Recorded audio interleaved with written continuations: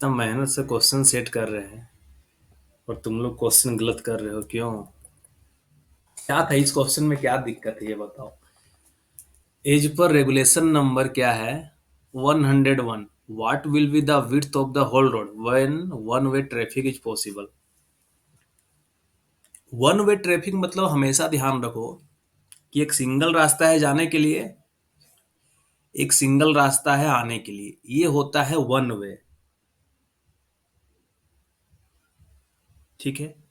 और two way क्या होता है? जब वन वे पॉसिबल नहीं है, मतलब क्या कि एक ही लंबा चौड़ा रोड दे दी है जिसमें गाड़ी इधर से जा रहा है, एक ही में आ भी रहा है।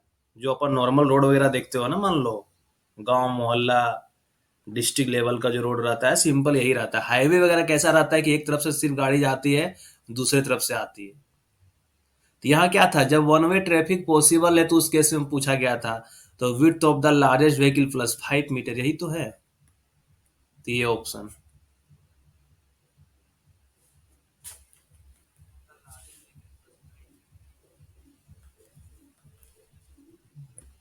ठीक है।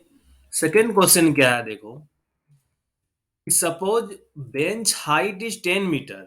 हम एक एग्जांपल दिए हैं कि बेंच हाइट 10 मीटर है, तब बेंच विड्थ क्या हो सकता है? ये नॉर्मल केस है। हम लोग ये जानते हैं कि बेंच विड्थ जो होगा हमेशा बेंच हाइट से इक्वल हो सकता है या उससे ज्यादा हो सकता है, कभी भी बेंच विड्थ बेंच हाइट से कम नहीं हो सकता है। तो यहाँ पे देख लो ऑप्शन क्या है कि बेंच हाइट 10 मीटर दिए हुए हैं, तो बेंच विड्थ इससे कम नहीं होना चाहिए, इससे ज्यादा हो सकता है, इक्वल हो सकता है, लेकिन कम नहीं होना चाहिए। तो नो भी कम है, ये भी कम है, ये भी कम है। तो कौन आंसर हो गया? 11 मीटर।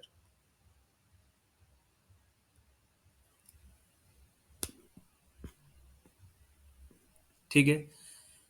इसमें क्या है?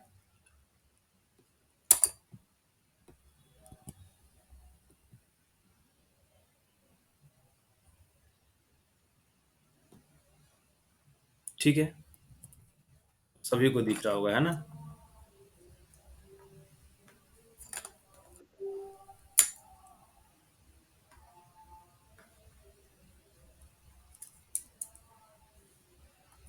ये क्या है कि एज पर रेगुलेशन नंबर 105 इन प्रोस्पेक्टिंग ट्रेंचेज की बात कर रहे थे। अब लड़का लोग है कि ये वर्ड ध्यान से पढ़ा होगा तो ठीक हो सकता है, नहीं पढ़े होगा ध्यान से तो वो नहीं हो पाएगा। कि प्रोस्पेक्टिंग ट्रेंचेज होता है क्या, अब लड़का को पता ही नहीं। बहुत लोग सोच लिया होगा क्या कि जो हम लोग मोरम ग्रेवल क्ले डेविस है ना, वहीं पे कोई लड़का एज्यूम कर लिया होगा ऐसा भी। तो वो हो सकता है वो टिक क्या होगा, 1.5 मीटर, नॉट एक्सीडिंग 1.5 मीटर। लेकिन क्या है प्रोस्पेक्टिंग ट्रेंचेज मतलब क्या? प्रोस्पेक्टिंग मतलब क्या होता है कि हम लोग सर्च कर रहे हैं और के लिए, हम लोग और के लिए सर्च कर रहे हैं। तो उस केस में जो ट्रेंच कटिंग किए हुए हैं ना, जो ट्रेंच, जो गड्ढा किए हुए हैं, ट्रेंच किए हुए हैं, तो वो बोल रहा है कि जो ट्रेंच मान लो कटिंग करके हम लोग, ट्रेंच कटिंग करके हम लोग एक मतलब सर्च कर रहे हैं, तो उस केस में जो बेंच हाइट है कि 6 मीटर से अधिक नहीं होगा। या हार्ड और कॉम्पैक्ट ग्राउंड जो रहेगा।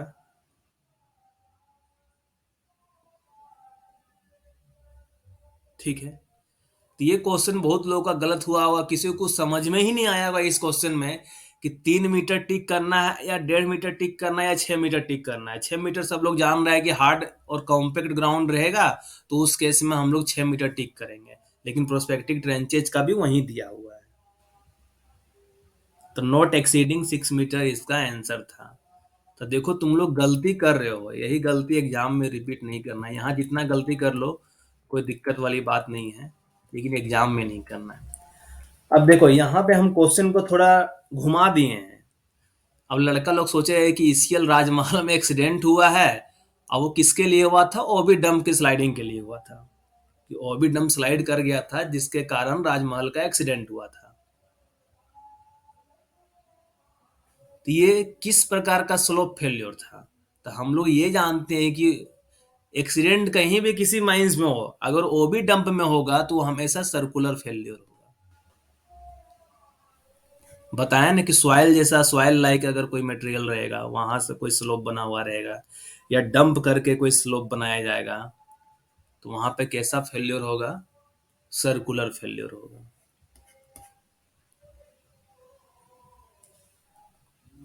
प्रोस्पेक्टिंग ट्रेंचेस तो ही जस्ट बताया ना यार, प्रोस्पेक्टिंग ट्रेंचेस क्या होता है? प्रोस्पेक्टिंग मतलब होता है हम लोग सर्च कर रहे हैं, किसके लिए? और के लिए सर्च कर रहे हैं कि कहीं मिनरल डिपॉजिट तो नहीं है, उसको उसका हम लोग सर्च कर रहे हैं। तो उसके लिए जो ट्रेंच कटिंग किया गया है, जो गड्ढा बनाया जा रहा है, तो वो भी एक ही स्लोप फॉर्म में बनाना है। तो उसके लिए बता बात कर रहा है कि वो जो है हाइट, बेंच हाइट 6 मीटर से अधिक नहीं होना चाहिए, और कुछ नहीं है प्रोस्पेक्टिंग ट्रेंच के लिए। नेक्स्ट क्या है कि अंडर कटिंग बेड से रहेगा तो किस प्रकार का फेल्योर होगा अंडर कटिंग बेड्स में? इसका स्पेशल हम बताए हुए थे कि टॉपलिंग फेल्योर जो होता है वो अंडर कटिंग बेड्स में होता है ना, कि इस तरीके से बेंच हाइट है, कोई इधर काट के इधर घुस गया है, तो ये अंडर कटिंग हो गया। तो यहाँ जो फेल्योर होगा, कैसा फेल्योर होगा? Toppling failure. ये सीधा ऐसे करके टॉपल कर जाएगा, ये टॉपलिंग फेल्योर है। अब कोई लड़का 108 नंबर का क्वेश्चन, बहुत लड़का गलत भी हो गया है। क्यों गलत हुआ है? क्योंकि वो ऐसा क्वेश्चन एक्सपेक्ट नहीं किया था कि 108 नंबर का हेडिंग में क्या दिया हुआ। हम ये पूछना चाह रहे थे कि 108 नंबर जो रेगुलेशन उसमें क्या दिया हुआ है। अब लड़का तो सब जान रहे हैं कि स्पॉइल, डंप, बैंक सब दिया हुआ है, लेकिन क्या दिया हुआ है एग्जैक्ट, वहां पे कंफ्यूज कर गए हो तुम लोग एग्जाम में, टेस्ट में।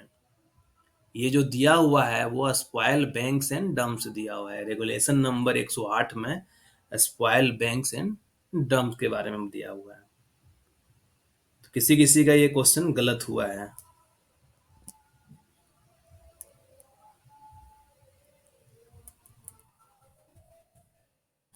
अब है कि मैनुअल, ये बहुत इजी क्वेश्चन दिए हुए थे कि मैनुअल ओपन कास्ट वर्किंग के मामले में कि कोयले के फेस में बेंच स्लोप एंगल क्या होगा? तो बहुत ही इजी था। More than 45 degree, not exceeding 45 degree, not more than 40 degree, less than 37.5 degree. तो ये क्या हो गया इसका? Not exceeding 45 degree.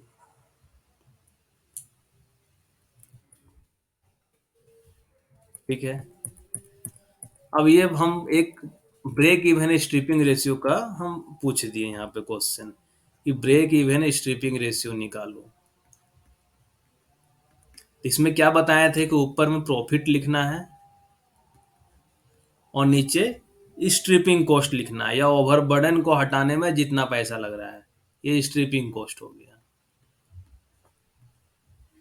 तो प्रॉफिट क्या होगा? सेलिंग प्राइस 450 रुपया में 1 टन बेच रहे हैं, और माइनिंग और प्रिपरेशन कॉस्ट मेरा 200 रुपया लग जा रहा है।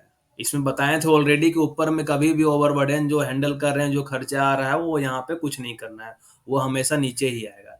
ये 100 रुपीज हो गया, ये पर क्यूबिक मीटर में आ गया, और ये भी रुपीस पर टन में आ गया। तो कितना हो जाएगा ये?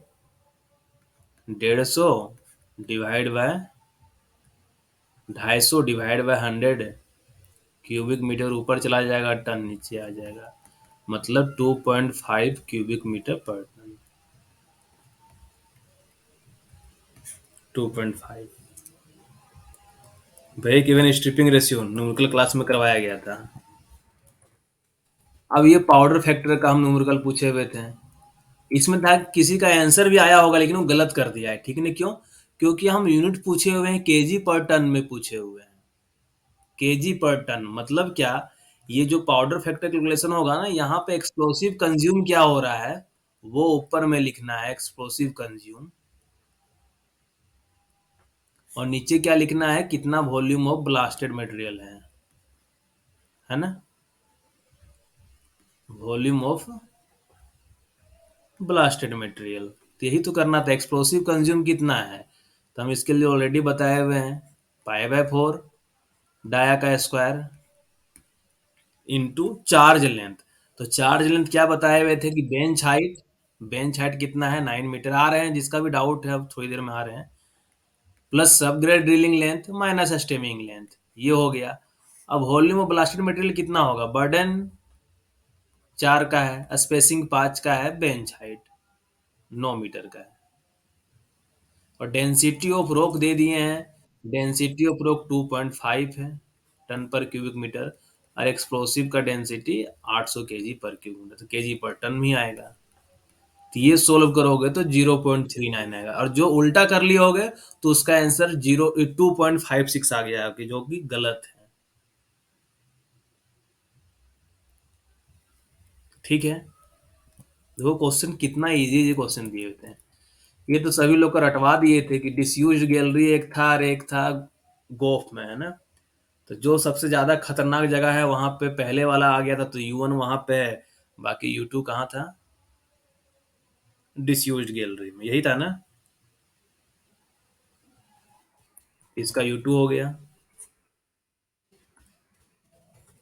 अब था यहाँ की, हम ये जब क्लास में बता रहे थे तो हम बताए हुए थे कि ओवरऑल में स्लोप एंगल में, है ना, हम हो सकता है कि दे दे इसको उल्टा करके, कि 1/1.5 है, इसको हम 1/3/2 भी लिख देंगे, नहीं तो 2/3 भी लिख देंगे। तो हम 2/3 देने का सोचे थे, लेकिन हम कहें कि लड़का लोग बहुत ज्यादा कंफ्यूज कर जाएगा, इसलिए हम 2/3 नहीं दिए, ठीक है ना, नहीं तो 2/3 मेरा देने का टारगेट था। 2/3 मतलब भी सेम होता है, ठीक है ना। अगर हम 2/3 करते हैं मतलब क्या, 1/3/2 है। 1/3/2, इसको क्या लिख सकते हैं, 2/3 भी लिख सकते हैं, मतलब 2/3 भी लिख सकते थे।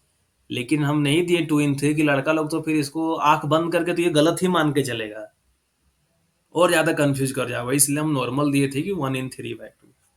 तो ये भी क्वेश्चन बहुत लोगों का गलत हुआ है, जो कि गलत नहीं होना चाहिए था। अब तुम लोग, हम पहले ही बोले हुए हैं कि रजिस्टर तुम लोग मेंटेन करो, एक एक रजिस्टर मेंटेन करो। क्वेश्चन क्यों गलत हुआ है, 3 अटेम्प्ट हम दिए हुए हैं, तुम लोग व्यू सॉल्यूशन भी कर सकते हो। क्वेश्चन जो सही है उसके लिए कोई दिक्कत नहीं है, क्वेश्चन क्यों गलत हुआ है उसका रीजन तुमको पता होना चाहिए, हुआ है। ठीक है, एक आंसर तुमको समझ में नहीं आया, क्वेश्चन समझ में नहीं आया, या आंसर देख के तुम है कि रीड कर लिया अलग से, या देखो कोई 1.5/1 भी मार दिया है, क्यों मारा है? क्योंकि वो जान रहा है कि 1/1.5 तो हम पढ़े हैं। हो सकता है कि सर इसको क्वेश्चन उल्टा पूछ दिए हैं, इसलिए वो लड़का 1.5/1 भी मारा हुआ है। तो जबकि ये ऑप्शन गलत था, 1/3/2 वाला ये ऑप्शन सही है। ठीक है, क्वेश्चन रहेगा, मेरा क्वेश्चन थोड़ा ट्रिकी ही रहेगा। सिंपल क्वेश्चन किताब से तो उठा के हम देते नहीं, सारा क्वेश्चन हम खुद से ही बनाते हैं, ठीक है ना। इसलिए क्वेश्चन बनाने में थोड़ा टाइम लग जाता है। कल भी तुम लोग रात में बोले थे कि 12 बजे हम बनाएंगे, मतलब 12 बजे स्टार्ट किए थे बनाने के लिए, और क्वेश्चन जाके 1:10, मतलब कितना, या 11 बजे स्टार्ट किए थे, 12 सवा 12 बजे खत्म हुआ था। आप एग्जाम का क्वेश्चन सेट कीजिएगा तो कटअप 50 से ऊपर नहीं जाएगा। क्वेश्चन देखो, मेरा क्वेश्चन बहुत इजी रहता है, क्वेश्चन का लेवल कुछ नहीं है, क्वेश्चन इजी है। सिर्फ क्या है कि वो तुम लोग यही समझो कि प्रेशर जो है ना, टेस्ट का भी तुम लोग को प्रेशर बन रहा है, जो बहुत अच्छा बात है। कि जब भी टेस्ट देते हो ना तो थोड़ा डर जैसा लगना चाहिए, जब भी टेस्ट दे रहे हो तुम मेरा, क्लास में या मॉक टेस्ट जो भी टेस्ट होता है, तो क्या होता है कि थोड़ा सा डर लगना चाहिए। अगर डर मन में लग रहा है तो सोचो कि तुम्हारा बॉडी एग्जाम के लिए तैयार हो रहा है, कोई दिक्कत वाली बात नहीं है। और अगर किसी को डर नहीं लग रहा है, एकदम मार रहा है कि चलो जो होगा देखा जाएगा, वो नहीं लेके चलना है। कोई भी टेस्ट हो रहा है एकदम सीरियसली टेस्ट को लेना है। ये नहीं कि एकदम 1 मिनट में देख के हबड़ा के मार देना है, वैसा कभी नहीं करना है। टाइम है 30 मिनट, कल का हम टाइम दिए थे कि 2 न्यूमेरिकल था, इसलिए हम 30 मिनट टाइम दे दिए थे, कि टाइम का तुम लोग प्रॉपर यूटिलाइज करो। टाइम लो आराम से, ये नहीं कि हम सबमिट करने के चक्कर में रहना है, नहीं। टाइम लो, टाइम का यूटिलाइज करो तुम लोग।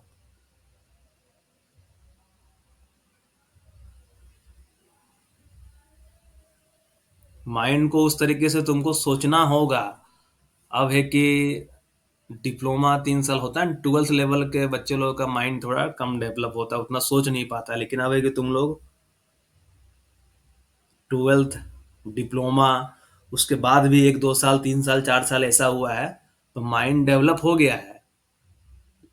लेकिन है कि क्वेश्चन के मामले में किस तरीके से अपने आप को और थोड़ा डेवलप करना है, कैसा क्वेश्चन हो सकता है, वो उसके हिसाब से थोड़ा लय पकड़ो तुम लोग, ठीक है।